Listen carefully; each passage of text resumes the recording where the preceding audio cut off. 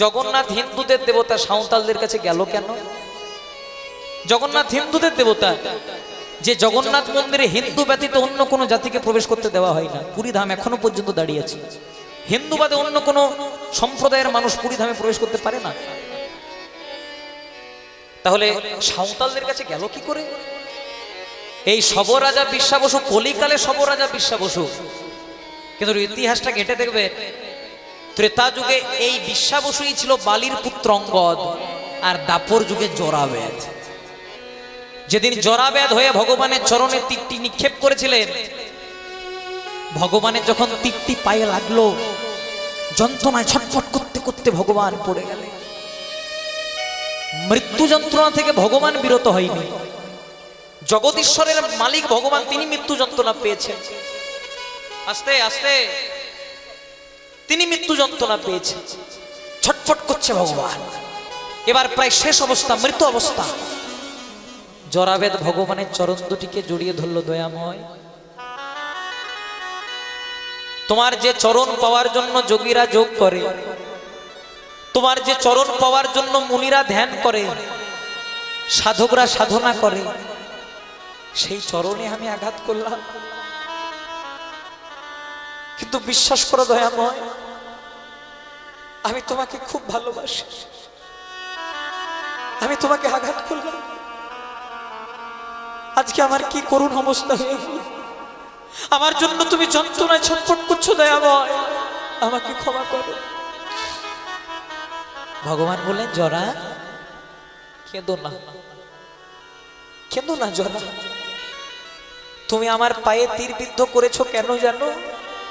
এই যে ভবিতব্য, ত্রেতা যুগে আমি তোমার বাবাকে বধ করেছিলাম, তার বিনিময়ে তুমি আমার কাছে আশীর্বাদ চেয়েছিলে তোমার বাবাকে যে বধ করবে, তুমি যেন তাকে বধ করতে পারো। ভগবান হলে কি হবে? আমি তো ভক্তবাঞ্ছা কল্পতরু, ভক্তের বাসনা যুগে যুগে আমি পূর্ণ করি। তাই এই যুগে তুমি জরাবেদ হয়ে আমি ঋণ থেকে মুক্তি পেলাম। জরাবেদ বললেন, দয়াময়, তুমি ঋণ থেকে মুক্তি পেলে, কিন্তু আমি তো চরণ সেবা ঋণী হয়ে গেলাম। আমি কি চরণ সেবা করতে পারবো না? আরো চরণ সেবা। শোনো, যদি তুমি চরণ সেবা করতেই চাও, তৃতীয় পাণ্ডব অর্জুন যখন আমার মুখে আগুন দেবে, আমার নাভিমূলটা ভাসতে ভাসতে একদিন বঙ্গোপসাগরে যাবে রাজা ইন্দ্রদ্যুম্নের কাছে। কিন্তু রাজা ইন্দ্রদ্যুম্নের পাওয়ার আগে তুমি পাবে। কিছুদিনের জন্য তোমার সেবার ডোরে, তোমার ভক্তির ডোরে আমি বাধা পড়ব। তোমার নাম হবে শবরাজা বিশ্বা বসু, নিতাই গৌর প্রেমানন্দে হরি হরি। ভগবান শিক্ষা দিলেন, শবর তথাপি গোবিন্দ পেল, শবর তথাপি জগন্নাথ পেল। কাজ কি বরণ কুলে, যে কুলেই তোমার হোক না জনম, কেবলই ভক্তি মূলে।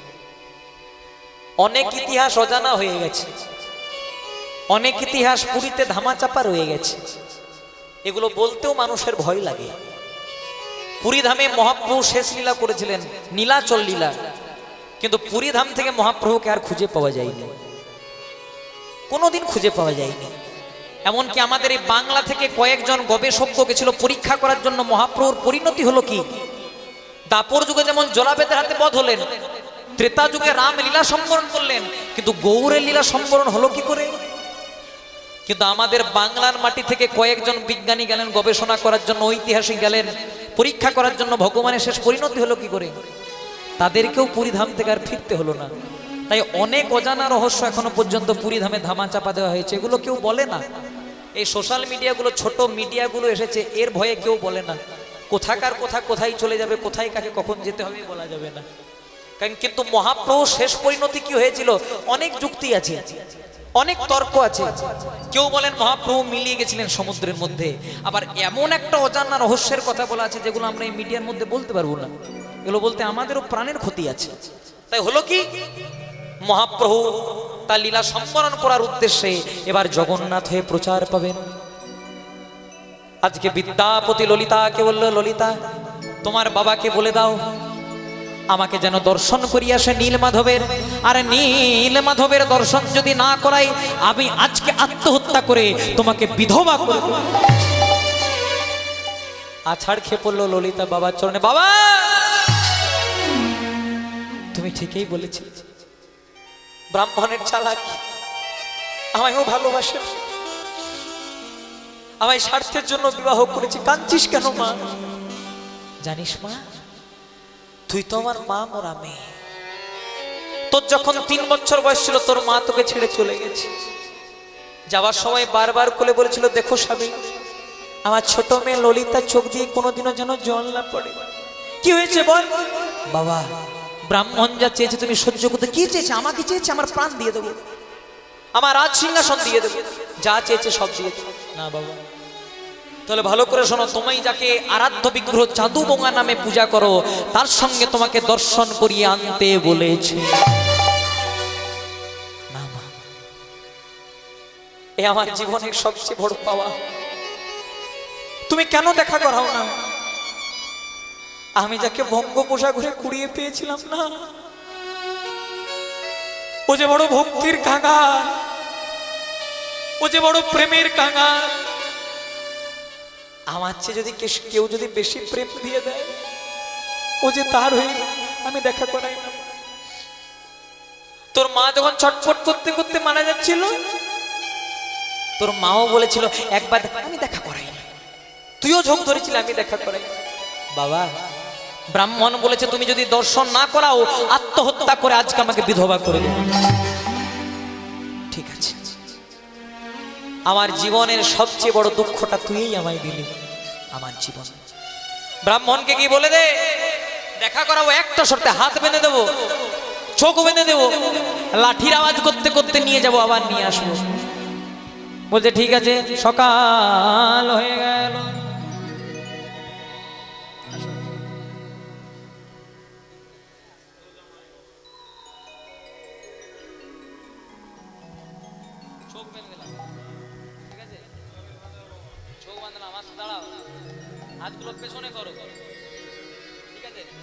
শোনো, তোমাকে লাঠির আওয়াজ করতে করতে নিয়ে যাব, আমার পেছন পেছন যাবে, দর্শন করবে, চলে আসবে। এবার তুমি এখানে বলো, তুমি দেখতে পাচ্ছ না দেখতে পাওনি? না, পাইনি। পাওনি তো? সত্যিকারে বলবে? ঠিক আছে। এবার হাত দুটো বেঁধে দিয়েছে, চোখ দুটো বেঁধে দিয়েছে। জয় রাধে। বিদ্যাপতি মনে মনে চিন্তা করছে, হাত বেঁধে দিল, চোখ বেঁধে দিল, তাহলে নীলমাধবকে অন্বেষণ করবো কি করে? কিন্তু আজকে বিদ্যাপতি ললিতাকে ছলনা করেছে। ললিতা, তুমি জানো না, ব্রাহ্মণ বাড়ির ছেলেদের হাত বেঁধে দিলে, চোখ বেঁধে দিলে অমঙ্গল হয়। অমঙ্গলটা ঠেকাবো কি করে? বলছে হাতে কিছু রাই দানা দাও। রাই দানা বোঝো মায়েরা? সর্ষে, সাদা সর্ষে, যেটা ভগবানের কাজে লাগে। আর মনে মনে চিন্তা করছে, যত লাঠির আওয়াজ করবে তত সর্ষেগুলো ছড়াতে ছড়াতে যাব। কিছুদিনের মধ্যেই বর্ষা নামবে, সর্ষে বীজগুলো সর্ষে গাছে রূপান্তরিত হবে। তার থেকে আমি আমার নীলমাধবকে অন্বেষণ করবো। এটা খুব সুন্দর একটি বিখ্যাত গান আছে বাউলের সুরে, কিন্তু যেহেতু কীর্তনের আসর, একটু কীর্তাঙ্গিক ভাবে গাইব। হাত বেঁধে দিয়েছে, চোখ বেঁধে দিয়েছে। আমার হাতে বাঁধিলে, চোখ বাঁধিলে, কিন্তু আমার মন বাঁধিবি কেমনে? চলো গুরু যাই দুজনে পারে। আমার হাত বাঁধিলে, চোখে বাঁধিলে,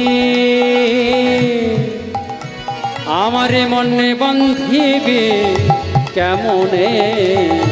ও গো চলো গুরু যাই দুজনে পারে।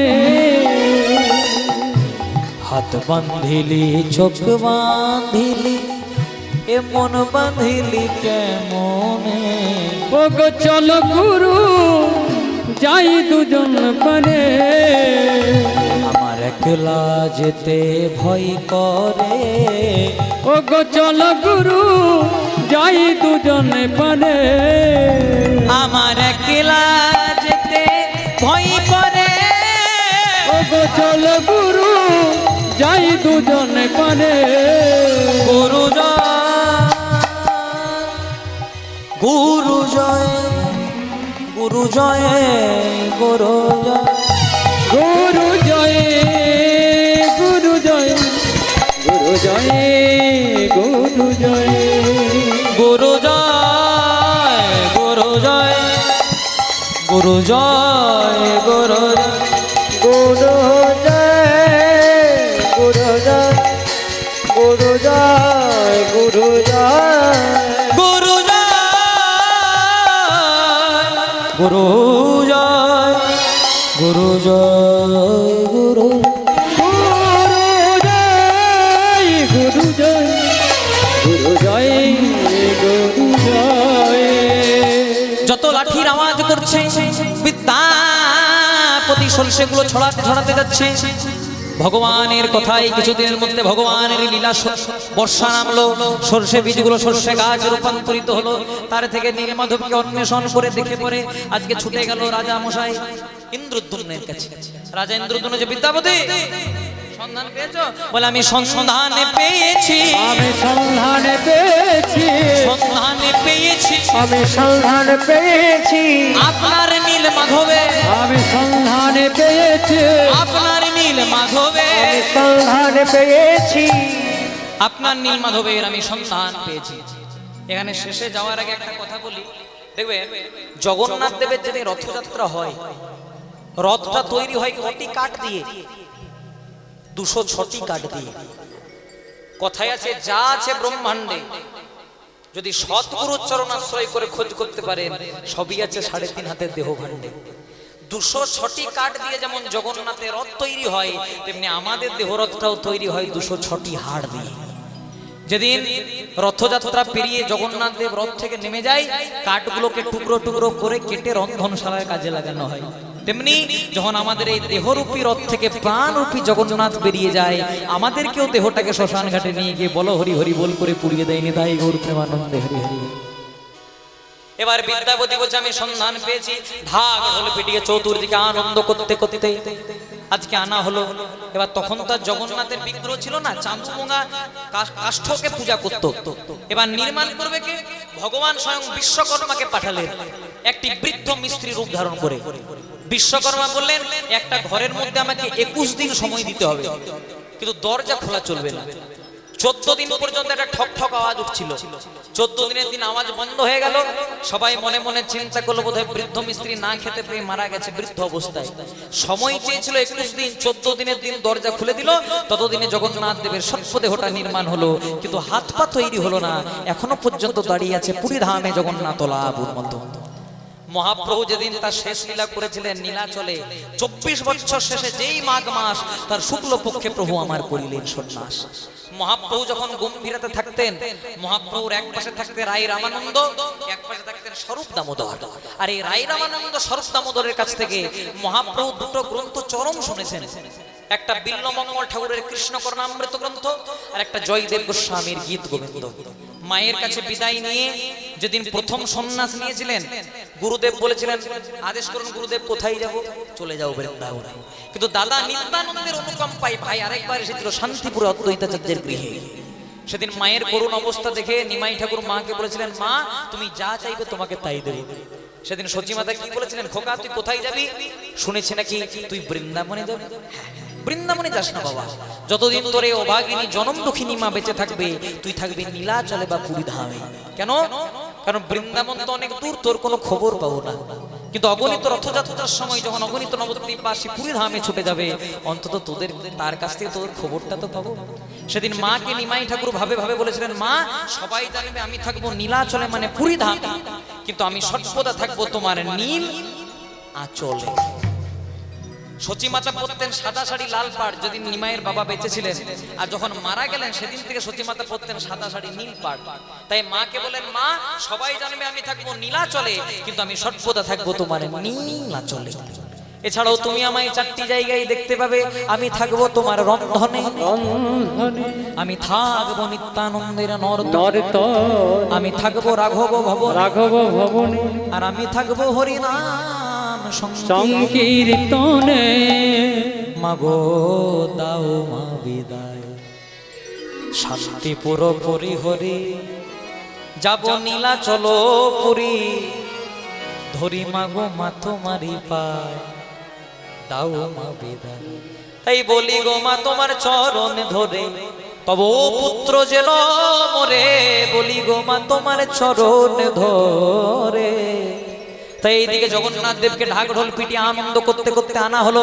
বিশ্বকর্মা নির্মাণ করলেন খুব সুন্দর বিগ্রহ। আর ভাবাবেশে জ্ঞানদাস ঠাকুর লিখছেন আপনাদের সামনে জ্ঞানদাস কান্দরা। সেই জ্ঞানদাস ঠাকুর লিখছেন, যেহেতু কালকে রাস হবে, তার আগে নিয়ম অনুসারে একটা হলো রূপের পদাবলী গাইতে হয়। রূপ না গাইলে রাসে আসা যাবে না। তাই জগন্নাথের ভাবে ভাবিত হয়ে একপাশে ভগবানের রূপ দর্শন করে জ্ঞানদাস ঠাকুর লিখছে, অধরের দুটি কুল চিনিয়া মাধুলি ফুল, অধরের দুটি কুল চিনিয়া মাধুলি ফুল, অধরের দুটি কুল চিনিয়া মাধুলি ফুল, অধরের দুটি কুল কিনিয়া মাধুরী মোর। হাসি খানি তাহাতে মিশায়, হাসি খানি তাহাতে মিশায়, হাসি খানি তাহাতে মেশা, হাসি খানি তাহাতে মেশা, অরুণ নয়ন কোণে চাইয়াছিল আমা পানে, অরুণ নয়ন কোণে চাইয়াছিল আন পানে, অরুণ নয়ন কোণে চাইয়াছিল আমা পানে, অরুণ নয়নি কোণে চাইয়াছিল আমা পানে, সেই হইতে শ্যাম রূপ দেখি, আমি সেই হইতে শ্যাম রূপ দেখি, ও গো সেই হইতে শ্যাম রূপ দেখি, সেই হইতে শ্যাম রূপ দেখি। এবার ভগবানের রূপটা কেমন? ভুরু যুগ সন্ধান কামের কামানবা, গৌর যুগ সন্ধ্যা কামের কামারবা, ভুরু যুগ সন্ধান, ভুরু যুগ সন্ধান, ভুরু যুগ সন্ধান কামের কামা, বহুর যুগ সন্ধান কামের কামানব, ভুরু যুগ সন্ধান কামের কামানবান। আমাদের ভুরু কেমন হয়? ভুরুর মাঝে দুধ ফাঁকা থাকে, কিন্তু গোবিন্দেরটা হচ্ছে জোড়া ভুরু। আর দূর থেকে জোড়া ভুরুটা ধনুকের মতো দেখতে লাগে, আর ধনুক থেকে ভগবান যখন তীর মারে সেটাকে বলে শেল। শেল কেমন দেখতে আমাদের লক্ষ্য করবেন, এরকম ছুচলো। যদি কারো ভেতরে একবার প্রবেশ করে, যতক্ষণ না আপনি টানাটানি যতই করুন প্রাণ নেবে ততক্ষণ বেরোবে না। কিন্তু আমার গোবিন্দ রূপ শেল যদি কোনো ভক্তের হৃদয় আকাশে পতিত হয়, তার মৃত্যু হয় না ঠিক, কিন্তু সারা জনমের মতো তাকে গোবিন্দ চরণে সমর্পণ করে দেয়। রে ভাই গৌর হরি হরি বল। ভুরু যুগ সন্ধান কামেরো কামানবা, বহুর যুগ সন্ধান কামের কামানবান, ইঙ্গুলে মণ্ডিত দুটি আঁখি, ইঙ্গুলে মণ্ডিত দুটি আঁখি, ইন্দুলে মণ্ডিত দুটি আখি, ইন্দুলে বন্ধ দুটি আখি, যমুনার জল হইতে উঠিয়া আসিতে পথে, যমুনার জল হইতে উঠে আসিতে পথে, যমুনা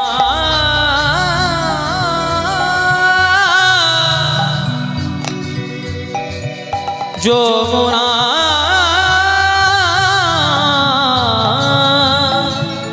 যমুনা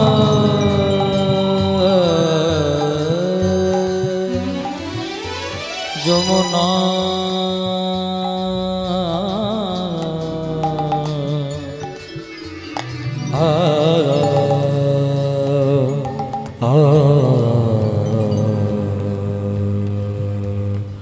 যমুনা যমুনা, যমুনার জল হইতে উঠিয়া আসিতে পথে, যমুনার জল হইতে উঠে আসিতে পথে, যমুনার জল হইতে উঠিয়া আসিতে পথে, যমুনার জল হইতে থিয়া শীত পথে, সই কিবাই অপরূপ কোন, সই কিবাই অপরূপ তোর, ও গো সই কি বায় অপরূপ তনু, সই কি বায় অপরূপ তনু। এবার এত সুন্দর যিনি পদাবলীটিকে প্রণাম করবেন, জ্ঞান দাসেতে কয় শুধু এসে সুধাম, জ্ঞান দাসেতে কয় শুধু এসে সুধাম, জ্ঞান দাসেতে কয় শুধু এসে সুধাম, জ্ঞান দাসেতে কয় শুধু এসে সুধাময়, গোকুলে নন্দের বালা কানো, গোকুলে নন্দের বালা কানো, গোকুল নন্দের বালা কানো, গোকুল নন্দের বালা কানো, অধরের দুটি কুল চিনিয়া মাধুরী প্রিয়া মাধুলি ফুল হাসিখানি তাহাতে মেশায়, হাতে মেশা, অরুণ নয়ন কোণে চাইয়াছিল আমা পানে, আমা পানে, সেই হইতে শ্যামরূপ দেখি, ভুরু যুগ সন্ধান কামের কামানবান, ইঙ্গুলে মণ্ডিত দুটি আঁখি, যমুনার জল হইতে উঠিয়া আসিতে পথে, সই কিবাই অপরূপ তনু, জ্ঞান দাসেতে কয় শুধু এসে সুধাময়, গোকুলে নন্দের বালা কানো। এবার সবাই মিলে জগন্নাথের বন্দন গাইতে শুরু করলেন, জগন্নাথ স্বামী না পথ গাবে ভগত, জগন্নাথ স্বামী নয়ন পথগামী ভব তুমি জগন্নাথ স্বামী নয়ন পথগামী ভব তুমি ভবতু মে ভবতু মে ভবতু মে ভব তুমি ভব তুমি ভব তুমি জগন্নাথ মম স্বামী মম স্বামী নয়ন পথগামী নয়ন পথগামী ভবতু মে ভব তুমি ভবতু মে ভব তুমি ভবতু ভব তুমি বলে নীলাচলে প্রভু আমার করিলেন গমন নীলাচলে প্রভু আমার করিলেন গমন আমার নীলাচলে প্রভু আমার করিলেন গমন নীলাচলে প্রভু আমার করিলেন গমন আমার ভক্ত শোনে ভগবানের মধুর মিল ভক্ত শোনে ভগবানের মধুর মিলন আমার কেহ নাচে কেহ গাহে কেহ বলে হরি কেহ গাহে কেহ নাচে কেহ বলে হরি আর কেহ নাচে কেহ গাহে কেহ বলে হরি কেহ নাচে কেহ গায় কেহ বলে হরি আবার কেহ কেহ আনন্দেতে দেই গড়া গড়ি ওগো কেহ কেহ আনন্দেতে দেই গড়া গড়ি আবার কেহ নাচে কেহ গাহে কেহ বলে হরি কেহ নাচে কেহ গায় কেহ বলে হরি শ্রী চৈতন্য নিত্যানন্দ প্রভু নিত্যানন্দ শ্রী চৈতন্য নিত্যানন্দ প্রভু নিত্যানন্দ আর শ্রী চৈতন্য নিত্যানন্দ প্রভু নিত্যানন্দ চৈতন্য নিত্যানন্দ প্রভু নিত্যানন্দ আমার শ্রী অদ্বৈত গদাধর গৌর ভক্ত আবার শ্রী অদ্বৈত গদাধর গৌর ভক্ত বৃন্দ আমার শ্রী অদ্বৈত গদাধর গৌর ভক্ত ওগো শ্রী অদ্বৈত গদাধর গৌর ভক্ত বৃন্দ সবে মিলে জয় দা সবে মিলে জয় দাও সবে মিলে জয় দা সবে মিলে জয় দাও জয় দিলে জয়ী হবে ওগো সবে মিলে জয় দাও সবে মিলে জয়ী হবে হরি হরি হরি বলে সবে মিলে জয় দাও জয় দিলে হরি বলে জয় দাও জয় দিলে আবার সবে মিলে জয় দাও জয় আবার জয় সবে মিলে জয় দাও